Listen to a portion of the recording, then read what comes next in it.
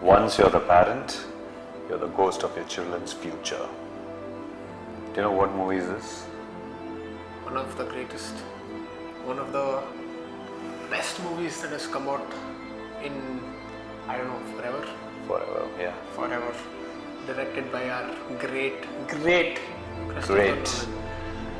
Nolan. For the win, bro. Nolan. What a great director. What a great director, man. I can't just stop talking about him. Just goosebumps. I know, right? எப்போவுமே. So, நம்ம cost பத்தின்னு பேசும்போது cost நல்லா பேய் படம் நினைச்சிடாதீங்க. இது வந்து it's about Interstellar.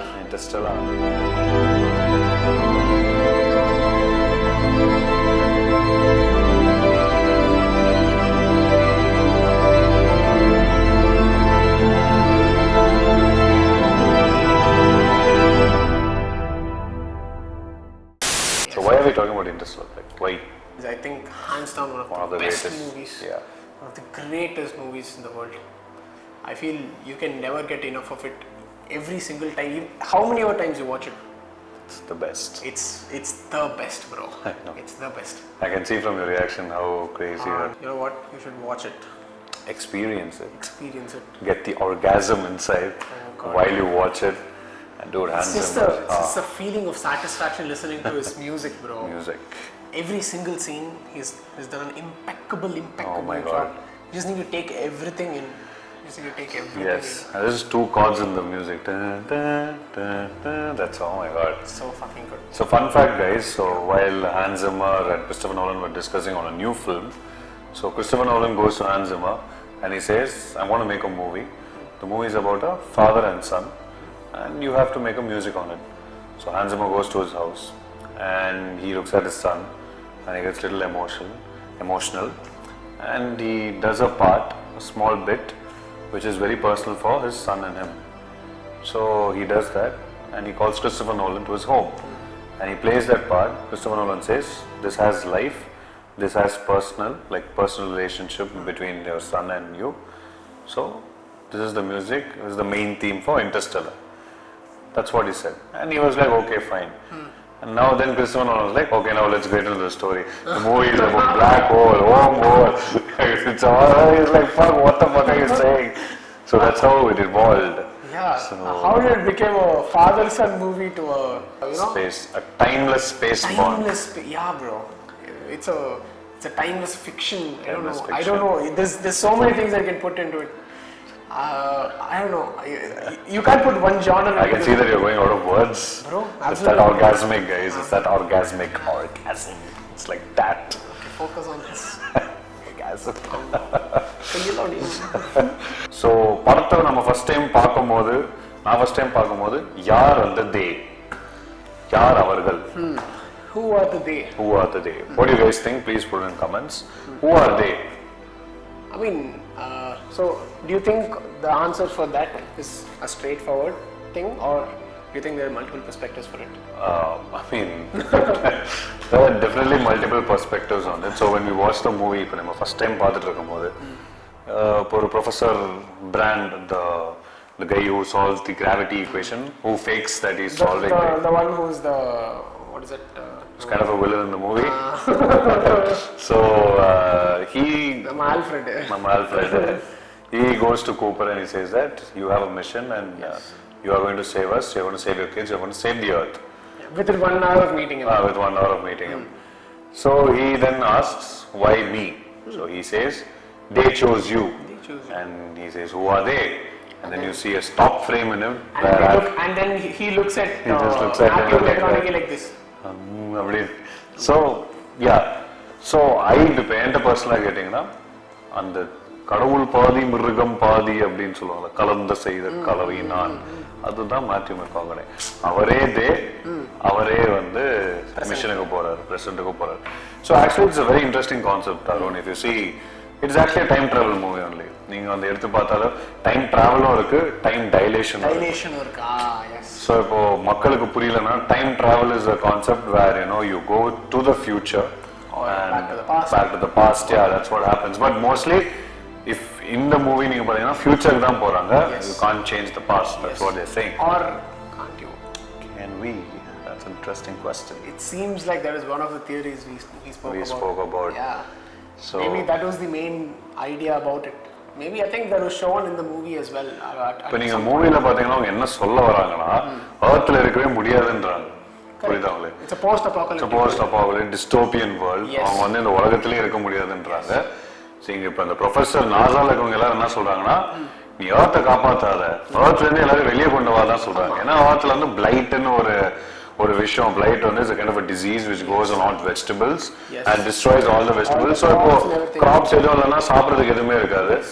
இப்போ the animals, if you see like a ecosystemic cycle, animals eat plants. Yes. So if the animals, all the main animals which eat the plant and which has disease, it dies. Of course. So there's no place on earth where you can eat a dead animal or a rotted animal. And so in the movie setting, it's shown that they've tried to cultivate multiple crops in the past. Yes. Everything died off, and the only thing that was remaining was maize. Maize was the only thing. So thing. they're surviving in that, and they did find out through research that even maize is not going to survive. Maize is not going to survive. So to save that part, so after maize they didn't have anything else to depend on. So on movie they spoke about two plans. So they had a plan A. Yeah. The plan A was to go find a new home to find how to survive there, how to get the fertilized eggs like a population bomb. That I think was plan B. Oh, that's plan B. So the plan A was to make sure that they find a living home and they can somehow try to take away all the humans from Earth, to abandon Earth completely, to go to a new home and then stay there and then continue humankind. So this was only the mudanja, like this is possible only when that guy solves the equation. Yes, correct. Yes. So that is the gravity problem that they were talking about in the movie. So if that doesn't work out, plan B is to put the population bomb. Yeah. So you go to a new place, they say the first 10 people they'll multiply. Yeah, they'll multiply after surrogacy. And then they do surrogacy, and then within like 30 years they can get hundreds of people. The colony of people you have left. So that's what comes in the movie. So towards the end of the movie, it seemed like they did choose the plan B. Plan B, yeah. But somehow they also successfully executed the plan A as well. That's up to some level. So actually, as for the movie, when you guys see, and they describe detail discuss பண்ணுவோம். அவங்க வந்து இந்த maze மட்டும் தான் இருக்குன்னாங்க. எனக்கு தெரிஞ்ச வரைக்கும் they talk about wheat, okra. இதையும் வந்து அவங்க NASA வந்து எடுத்து வச்சிருப்பாங்க நினைக்கிறேன் to go to other. Obviously because they had the secret NASA facility that nobody knew, and they know that if they tell somebody why are they spending so much money on this, why are they spending so much money for space exploration, why do you have to build such a huge rocket when you can spend so much on food and making people live properly and all that in the post-apocalyptic world. But of course they did keep something for the future, so they can grow it, they can make this possible in a different planet or possibly in any different way, wherever possible. So the movie not many people would have noticed where the professor says, Cooper asks him, why are you killing people from the top so that you can destroy the world?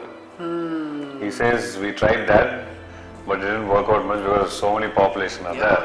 So it means to say that in the future, Nolan is trying to tell us that calamitic war might happen to kill as number of people, so that when the world is destroyed, they can take a little number of people, go to the other world. So it's easy to navigate and populate that place. Easy to take those few people in. Not many people have discussed this point. I think I've seen a lot of YouTube videos, but especially. So let's come to one of the most important parts. So many people say it's irrelevant to the movie, the Indian drone. Yes, the Indian drone that comes in the beginning of the movie where they chase through the... Why do you think it comes? Why it comes? How is it important to the story? As we know, the reason why we are discussing about it, it shows the interest of Murph in the the gravitational. Correct. So that makes her have more interest in Morse codes. Yes. So she learned how to read the Morse codes, and I think that's how she finds out the ghost, whatever the ghost is trying to tell. The book's falling down, and she decodes saying, stay. Yeah. And when Cooper is just about to leave, she's trying to stop him, but it's never happening. Never happening. He gives her a watch. Yes. And she throws it away, and then that watch becomes one of the main things that she decodes the entire thing. We'll discuss more about it. So she chose 12 astronauts to go into the this thing, different galaxies, and find out whether there's possibility for mankind. Correct. And so all the missions have failed, and they get 3 valid messages from 3 planets. Signals, and each is from first planet is Dr. Miller, second is Dr. Mann, and third is Dr. Edmund. So they have a debate in the movie where they say let's go to Dr. Edmund first, but they feel that the other 2 signals are valid. Brand wants to go there. Brand wants to because she loves him, and yes. So those 2 planets, the first planet when they go inside, they find the coordinates. Yes. But the whole planet is only of water. Only water. There's no surface at all. But they did find mountains, but that turned The out mountains to be water. waves. Yeah. They saw mountains and it was waves, and they get back out of it, and they lose one of their astronauts. Yes. He dies in that. Yeah. And then they get a signal from Dr. Mann. Dr. Mann. They go there and they take him from the hibernation. Yes. And then they come to know that he has faked his. So once that scene happens when he doesn't know to dock, Dr. Mann, Cooper does the impossible. Yes. So if you see, it's a centrifugal force if you talk about. So the space station is running. So while it's moving like this, you have a space station like this. So நீங்க இப்படி போய் பண்ணா உங்களுக்கு talk ஆகாது. So இப்போ நீங்கள் என்ன பண்ணணும், இங்கே தான் மூவ் பண்ணணும். மூவ் பண்ணும்போது உங்களுக்கு வந்து இது ஈக்குவல் ஃபோர்ஸ் ஆகிறதால match the speed of it and then go through it and then try to dog it. Only a professional like Cooper was only able to do it. So after that only the movie becomes very interesting. Yes. So they have only little fuel. Correct. And what Cooper basically tries to do is, he tries to, on the spaceship, I want to lessen the weight. He wants it to give it a slingshot to Dr. Brand so that she goes into the wormhole. Yes. So that she goes to the other galaxy. Avan keela poradala. Yes. So they go very near the black hole. They go black hole. She gets enough power to get the slingshot power. And with the with the remaining fuel, she'll be able to reach the other planet. So that so it's basically sacrificing for the mankind. Yes. So he goes down, and that's when everyone got fucked up. Like, what the fuck is happening? So when I was watching it the first time, I thought he was going to die because the spaceship doesn't have that much of power for the gravitational pull of power irukadu. எல்லாம் வெடிச்சு இப்படி வெளியே போகும்போது இவன் அப்படியே இவனோ டார்ஸும் வந்து அப்படியே இப்படி செதறி கீழே வந்து பார்த்தா ஆயிடுவான்னு பார்த்தா ஏதோ ஒரு ஸ்கொயர் மாதிரி ஒன்று இருக்கு, உள்ள போறா பார்த்தா இன்ஃபினிட் லூப் ஹோல்ஸ் இருக்கு. அப்பதான் வந்து அந்த டார்ஸ் வந்து சொல்றாரு, it is a infinite fifth dimension tesseract. So you are in a 4th dimension in a 5th dimension tesseract. Tesseract மாதிரி ஆகுது. You keep going here and there and you find a lot of multiple realities that's happening in the past. And he figures out that he's able to communicate. And all this is a construction of his own house. Yes. So it is kept by day. Yeah. It is done by day. Yeah. So who are they? So they are the artificial. So according to the experts, they are the artificial human beings. Sorry, advanced human beings. Advanced human beings. So Cooper is an advanced human being, right? It seems like it. So he is the they. Seems like it. He could I think be we got the answer. High chances that he is the they. The hindsight, if you see, he should be the they. He should be the they because nobody else knows how to figure it out. Actually, it's a beautiful scene. இப்போ நீங்க மேலேருந்து கீழே விழுறால கீழே வரும்போது அந்த scene நீங்க notice பண்ணீங்கன்னா toss கிட்ட வந்து he saying to take the numbers while going down. Yes. எவ்வளவு தாங்குதுன்னு சொல்லிட்டு கால்குலேஷன் போடுறான். Yes. ஸோ அந்த கால்குலேஷன் நம்பர் தான் வந்து அவன் பொண்ணு கொடுக்குற வாட்ச்ல வந்து அந்த டைமென்ஷன்ஸ் மூலமா வந்து டைம் வச்சு is giving a Morse code. Morse code, yes. Which is like fuck to it. The details, no? So the details. It comes in the first scene and like it's just. And he's trying to communicate with the daughter, saying that please stay. Yes. And by chance, that's the first scene of the movie where he's sleeping and the daughter comes and asks, "Why are you the ghost?" Yeah. That's the scene where like everyone are like, "Fuck, what is happening?"